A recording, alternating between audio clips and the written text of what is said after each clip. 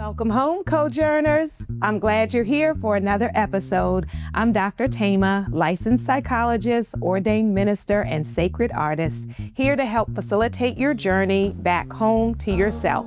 And I am so excited and honored to introduce to you our guest on today, a dear sister, friend, poet, healer, RAVINA. And RAVINA is a South Asian best-selling author, spoken word artist, and licensed therapist based in Long Beach, California. Her specialization and passion lies in trauma treatment of individuals of marginalized identities and communities of color facing trauma caused by oppression and systemic violence. RAVINA was born and raised in St. Thomas, U.S. Virgin Islands. Yellow, which is phenomenal, you all. I was gifted this book, and you will bless your life with these words. They are truly medicine, healing words. Yellow is her collection of poetry published by World Stage Press and recipient of the Long Beach Best Poetry Collection of 2021. Absolutely, absolutely. RAVINA is a Pushcart Prize nominee and has performed poetry on nationally and internationally acclaimed stages, including the United Nations. Come on, and the House of Blues.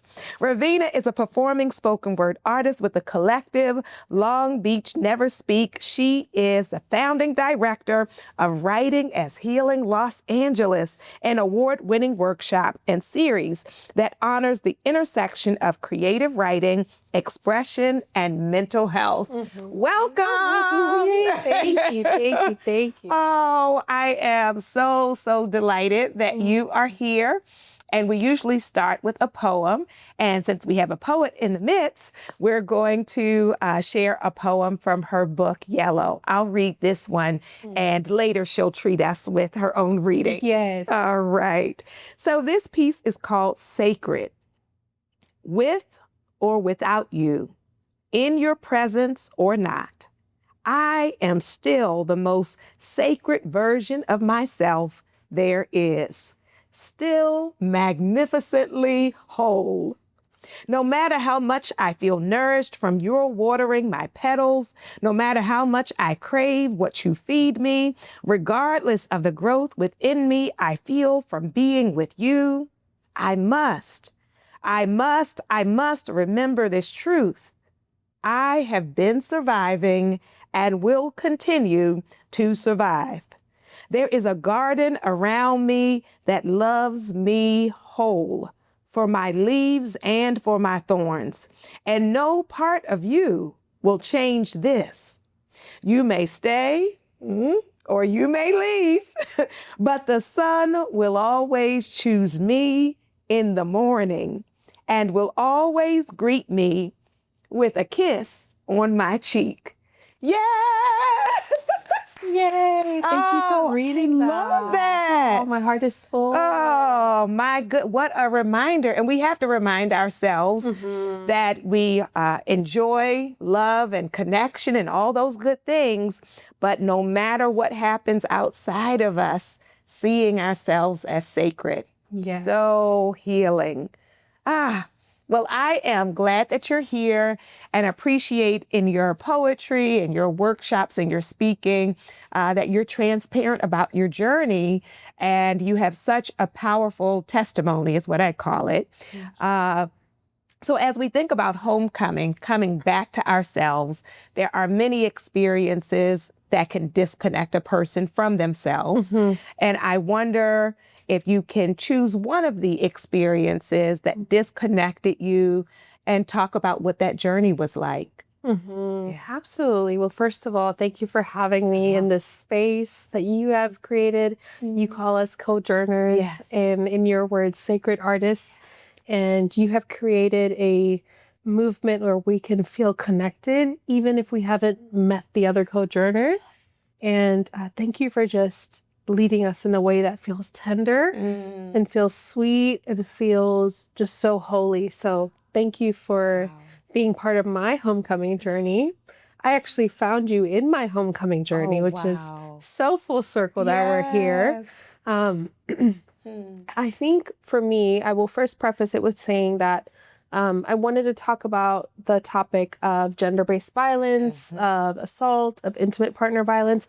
I come from a place of so much joy and so much love, and in such a beautiful space in my life. So I want to preface that. I want to start with the joy first. Yes. Because I often think that when we tell our stories, we're like, I never used to see like the place of joy, Right. but now I feel it, and I so love that. And to know healing is possible. Because I think sometimes when people think of trauma, they only register like the heaviness of like, oh, this is going to be despairing. But it's like, it can be a story of triumph, of like, there's life on the other side of that. So yeah, thank you for starting with the joy. So I am on the other side of it, as you said. Beautiful. In a wonderful, loving just space in my life of purpose, of connection, of love, of relationship, but just of also doing what I love, which is writing and which is healing. Yes. So in terms of homecoming, I think this is a really deeply personal topic that ties into my experiences when it comes to being a survivor. I heard someone say on the internet, "Surthriver," and I liked it. I liked it. So I want to give credit to whoever said that. That's beautiful. And so I think survivorhood is really interesting because we come from experiences that have literally disconnected us from our bodies. I think for me, that's where it resonated the most. And it goes back to my relationship with the word home. So we all have a relationship with home. And I think that for me, growing up in a multicultural upbringing, finding home in people more than places, the way I used to put myself forward in love was, I'm going to, like, this home and this person feels safe. And, you know, as the textbooks will tell you, as the studies will tell you, for survivors, it takes an average of 7 times to leave a toxic, abusive situation. So it takes time to actually see that home starts off feeling safe. And then the home you build in the person becomes unpredictable. Now the foundations are shaky. Now you don't know what you're going to get when you walk in the door. And let me just, I want to jump in and note what you said about it taking these multiple times to leave, just because I know there are people who are finding themselves in that circumstance and are probably hard on themselves, judging themselves harshly. Your family and friends might be getting tired of you or annoyed about that cycle, but it's a part of it, and it's understandable that as you're being torn down, it takes time to gather yourself enough to really make that shift. And also, absolutely, context-wise, this was during lockdown. So this was a very isolating time. So not only am I building a home and a person that, you know, promises to be a lot of things, including safety, and then it happened so quick where it can get to verbal abuse, emotional abuse, psychological abuse, and physical abuse at times, depending on the situation. And so we also have to think of societally at that time, we were not only locked in with our living situations, but the people we were with were just the people we're with. Right, that's right. And so that was my experience of feeling like stuck. And, you know, I had that experience that you just named where people were getting tired, right? And I also was very fortunate to have people that had so much patience, that knew that I could do it, that knew my resilience even before the situation, right? That's so good. And a reminder to those of us who find ourselves the family or friend to not give up on your people, right? And it can be hard, and you may say, well, I, you know, told them they could stay here, or I said this or said that. It's a process, and you don't want people to end up feeling isolated where the only person they have is the one who's hurting them. And at the time, you know, as a therapist, my primary focus was actually working with survivors. So I found homes in these stories. And what a lot of clients don't know is when therapists hear something that resonates with them, there's a mirror effect. So my homecoming process was in finding the mirrors. And if we go back to the metaphor of home, the mirrors on the walls help us see ourselves for what it is, if it is a safe home, right? So that was my process of, oh my gosh, how did we get here? Yes. And I had to hold the mirror up and say, this is really what is happening. Do you think being a therapist also made you believe you could fix it? Oh, Right. it's a double-edged sword. Yes, yeah. Because they're like, well, how does that happen? Well, you're like, yeah, I'm just going to love you through it, or this is going to be better. Yeah. Because with therapists, we see the potential for change. And it doesn't only come with that identity. Yeah. It's likely part of your identity from even before you get into the field, right? Right. A lot of us are retired people pleasers. Yes. A lot of us come from spaces we are honoring changes in people, and we are those people that they lean on. We're a safe place. But what I had to come to realize through therapy, through EMDR work, through poetry, through storytelling, is that you can see the potential of the home, of the safe place you can see the potential of it to get better. But if you're walking in the door of the home and there is debris and there is rubble and it is just not even safe to walk in, we have to take that into account, that maybe that person needs to grow without you because it's not even safe to grow with them.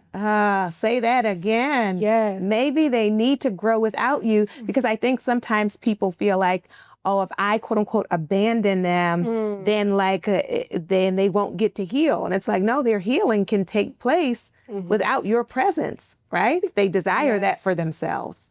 Yeah.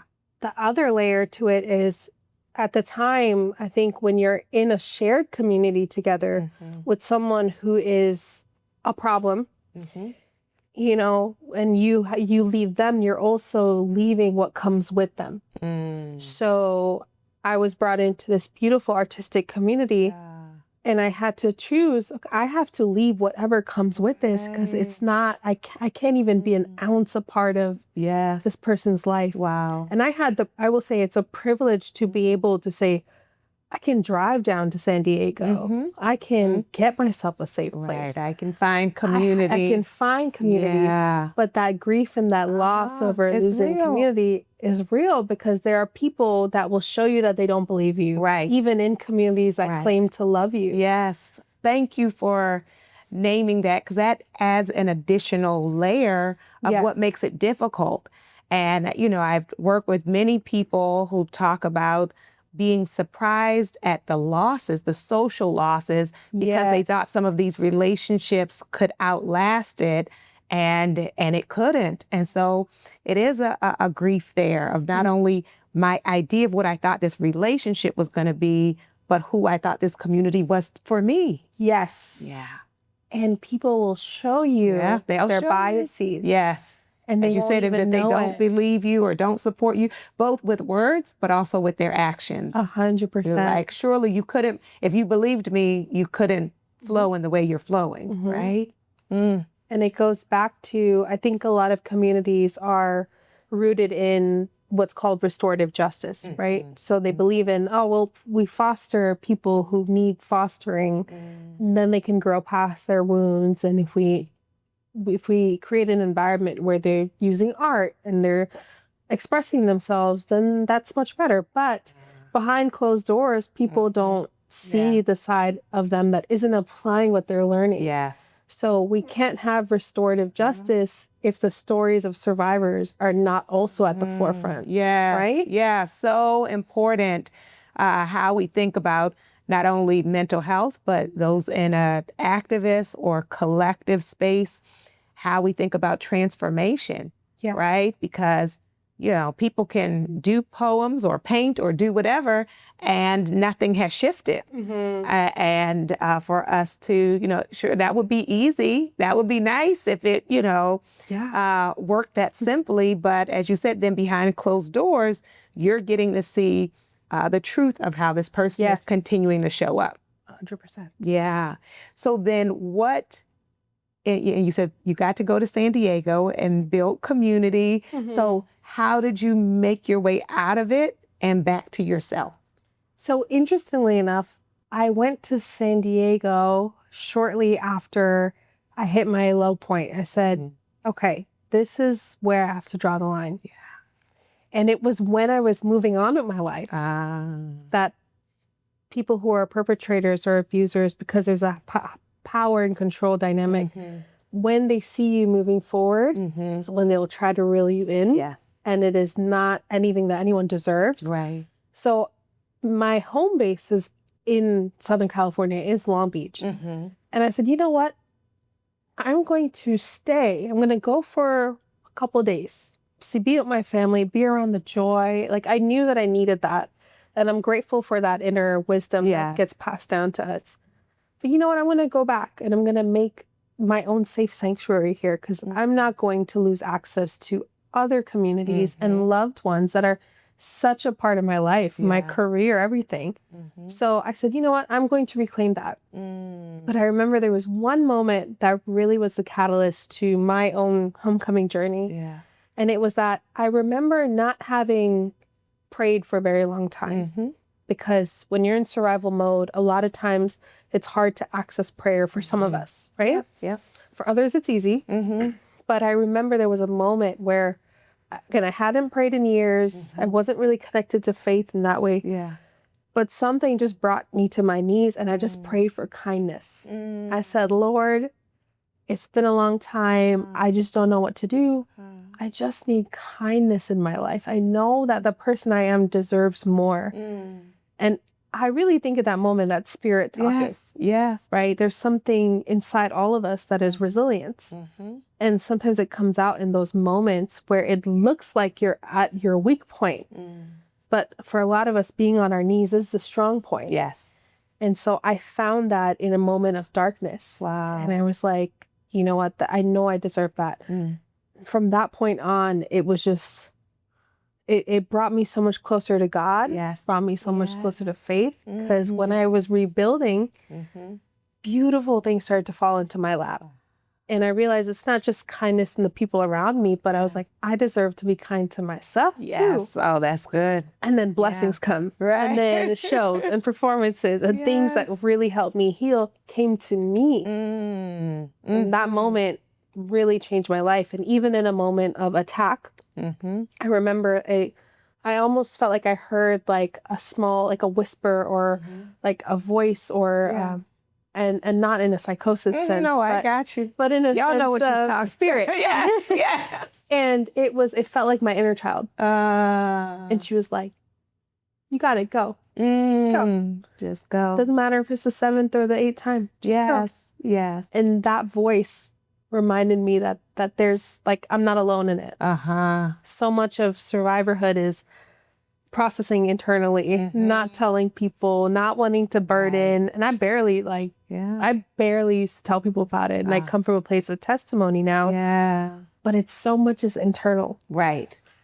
So that's kind of my journey. Thank you so much.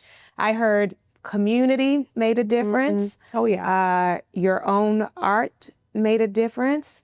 Your prayers made a difference. You mentioned therapy. Yes. Right? That all of those things, getting you back to your joy, getting you back to the truth of yourself.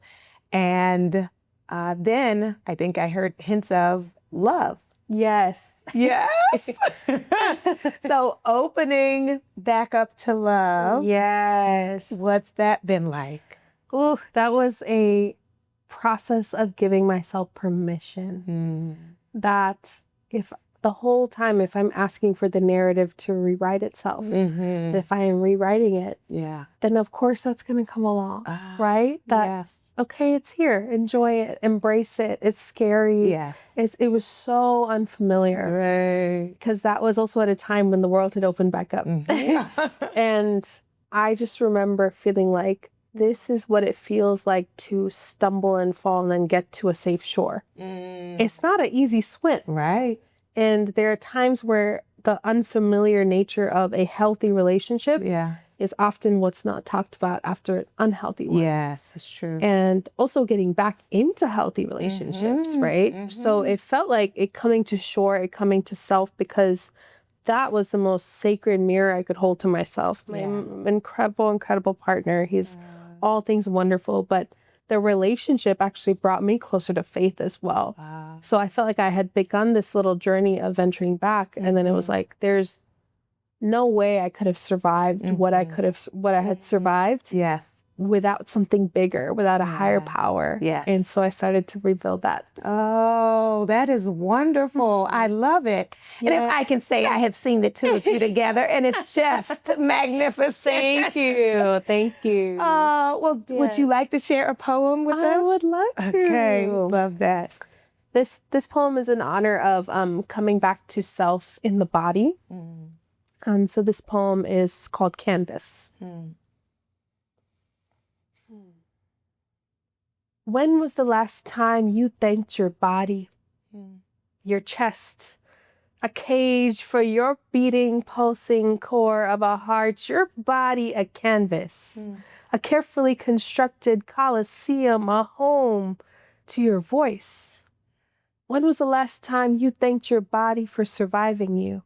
When someone punched you with their words, hit you with their heartbreak, push you in the dirt when you didn't deserve to feel weak in the knees. See how the body held all of the broken pieces of you together as one, your thighs, two pillars of strength, your feet that have gotten you miles and miles through the street when there was no other way to your lover's home. Your flesh, living proof of your existence, memoir written with red ink, how we house lovers in our arms, our mothers in our heartbeats, how we itch our way back into our skin to feel again. And the body said, I will still love you. I will still hold you. When is the last time you thanked your lungs for giving yourself a home, a place to go in and out, inhale and exhale, your stomach, a gallery for all that has kept you nervous and all that has kept you full, butterfly, your body, a garden, a home, a refuge, a sacred sanctuary of tingling fireworks and explosive feelings of love. And how lucky we are to love and to break and to heal and to love and to break and to heal in the same suit of bone, flesh, and blood, your body. A reminder that there is no such thing as anything perfect, just something in need of your love. Thank you. What? Thank you. Oh my goodness. Yeah. Look, I want to repeat it all back to you. I'm like, in the bone, in the body, yes. And the mother, in the heart, yes. Thank you for your ears and your heart. Oh, wait, my goodness. I felt it, felt every piece of it. And we do often take these bodies for granted.